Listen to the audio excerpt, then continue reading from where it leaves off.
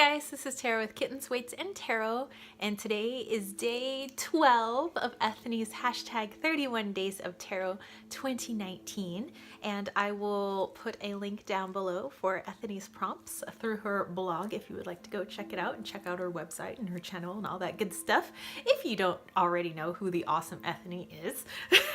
Today's prompt asks us, have we ever dealt with imposter syndrome in our tarot practice? So imposter syndrome is when you feel like, psychologically speaking, like you somehow are a fraud, like you're not good enough to do what it is that you are doing. You know, it could be, you know, the art that you make, or, you know, in your career or whatever it is that you're doing. Like you feel like somehow like you're just a hack, like you're a fraud, you're not good enough, you're an imposter, even though deep down you know that you have the skills and the talent to be able to do whatever it is that you are doing, like that you do have what it takes, but somehow you're just feeling like,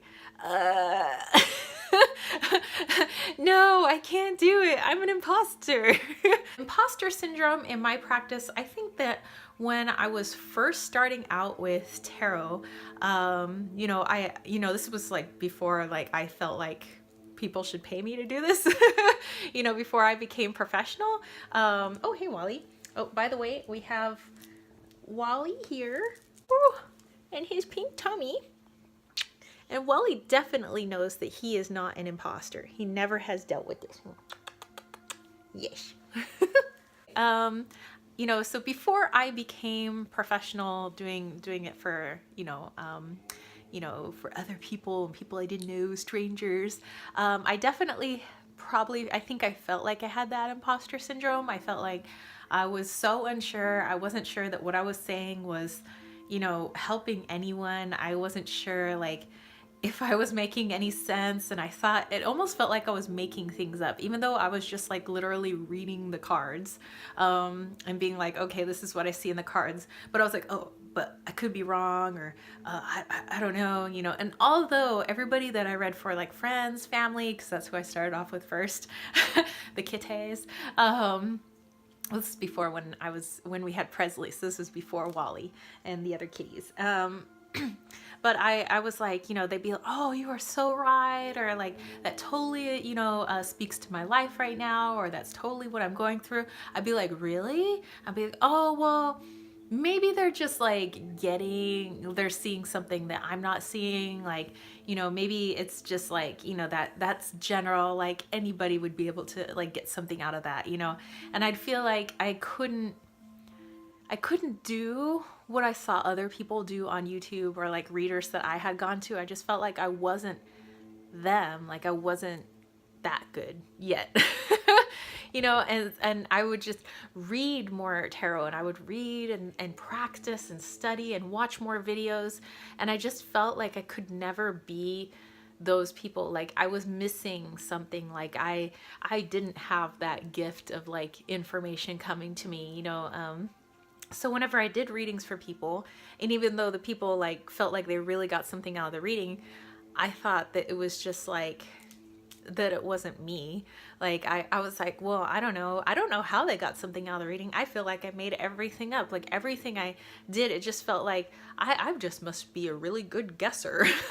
And then I'm like, why wasn't I a really good guesser when it came to tests or lottery numbers? But anyway, for some reason I seem to be a really good guesser when it comes to people's lives. So I was kind of just felt like that, until, you know, I like took the leap one day when I was like, you know what, you have done so many readings for people where you have been so spot on, you can't just be a good guesser. And that was like somewhere deep inside of me where it's like, you can't just be a good guesser, even though like the outward part of me is like, no, you're not good enough, like, Control Alt Delete, do not pass go. And so one day I just like went for it. I like ignored my ego and I just went for it. And I have been doing, you know, professional tarot readings and oracle readings since. And then a few years ago I had mediumship readings, and that took some, like, cause I was like, there are no cards for that. That's all like, and I felt like I was making stuff up then too. Like, maybe I was just a really good guesser and knew their uncle's name and like where they were born, and maybe I just made up these details that happen to really be spot on for these people. Like maybe I just kind of guessed stuff that nobody else knows. So I kind of felt like that imposter syndrome for a while, until I was like, I've gotten to a point where it's like, okay, now I've been doing it for a while, mediumship readings, tarot readings, and other different card readings and things like that, where it's like, there's been too many times and too many people that tell me that I'm so spot on and that what I'm doing is helping them, and I see so many people walk out of readings empowered and happy. I'm like, I must be doing something right for these people. I must actually have it.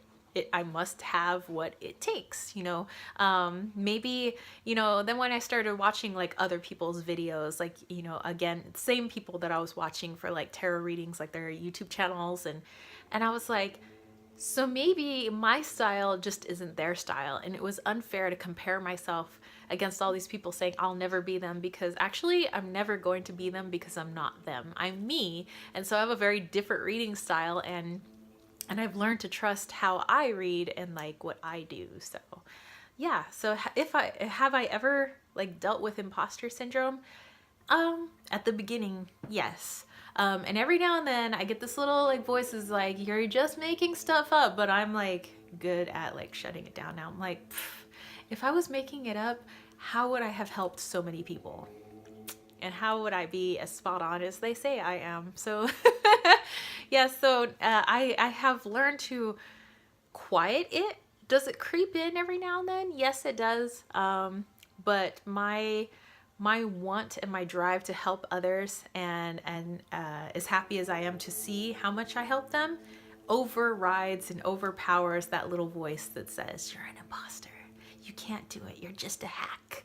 So that voice has become almost non-existent. It's gone down to a whisper.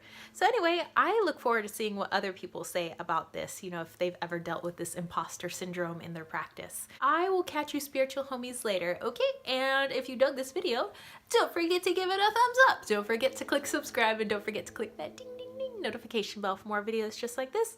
And if you guys want to catch a reading with me, head over to www.kittensweightsandtarot.com. I'd be more than happy to read for you. And I will catch you spiritual homies later. All right, peace, love, and chicken grease. Peace out!